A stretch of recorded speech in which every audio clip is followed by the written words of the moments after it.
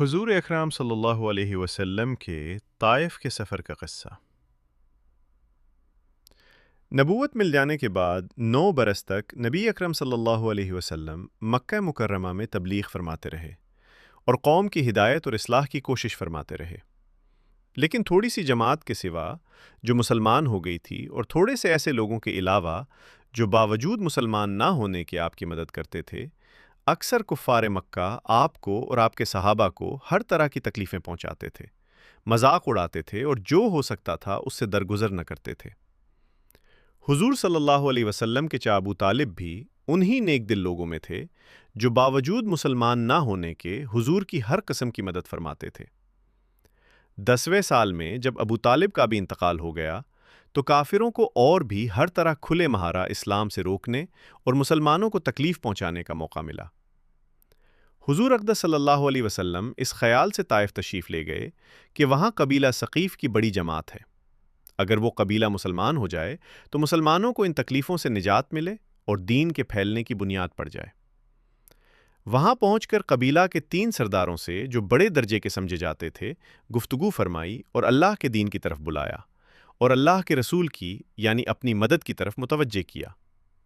مگر ان لوگوں نے بجائے اس کے کہ دین کی بات کو قبول کرتے یا کم سے کم عرب کی مشہور مہمان نوازی کے لحاظ سے ایک نووارد مہمان کی خاطر مدارات کرتے، صاف جواب دے دیا اور نہایت بے رخی اور بد اخلاقی سے پیش آئے۔ ان لوگوں نے یہ بھی گوارا نہ کیا کہ آپ یہاں قیام فرما لیں۔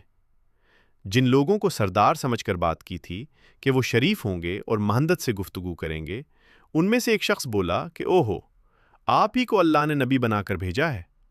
دوسرا بولا، اللہ کو تمہارے سوا کوئی اور ملتا ہی نہیں تھا جس کو رسول بنا کر بھیجتے۔ تیسرے نے کہا، میں تجھ سے بات کرنا نہیں چاہتا، اس لیے کہ اگر تو واقعی نبی ہے جیسا کہ دعویٰ ہے تو تیری بات سے انکار کر دینا مصیبت سے خالی نہیں، اور اگر جھوٹ ہے تو میں ایسے شخص سے بات کرنا نہیں چاہتا۔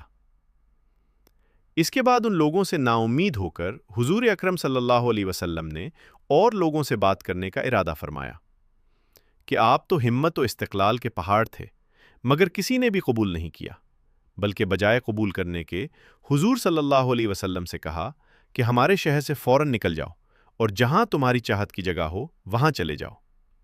حضور اکرم صلی اللہ علیہ وسلم جب ان سے بالکل مایوس ہو کر واپس ہونے لگے تو ان لوگوں نے شہر کے لڑکوں کو پیچھے لگا دیا کہ آپ کا مذاق اڑائیں، تالیاں پیٹے، پتھر مارے، حتیٰ کہ آپ صلی اللہ علیہ وسلم کے دونوں جوتے خون کے جاری ہونے سے رنگین ہو گئے۔ حضور اقدس صلی اللہ علیہ وسلم اسی حالت میں واپس ہوئے۔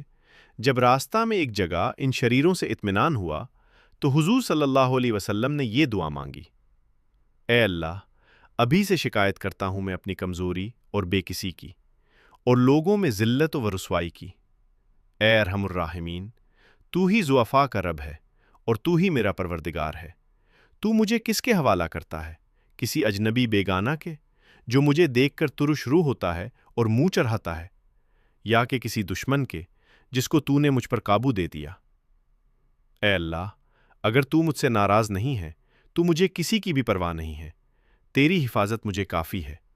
میں تیرے چہرہ کے اس نور کے طفیل جس سے تمام اندھیریاں روشن ہو گئیں اور جس سے دنیا اور آخرت کے سارے کام درست ہو جاتے ہیں، اس بات سے پناہ مانگتا ہوں کہ مجھ پر تیرا غصہ ہو یا تو مجھ سے ناراض ہو۔ ناراضگی کا اس وقت تک دور کرنا ضروری ہے جب تک تو راضی نہ ہو۔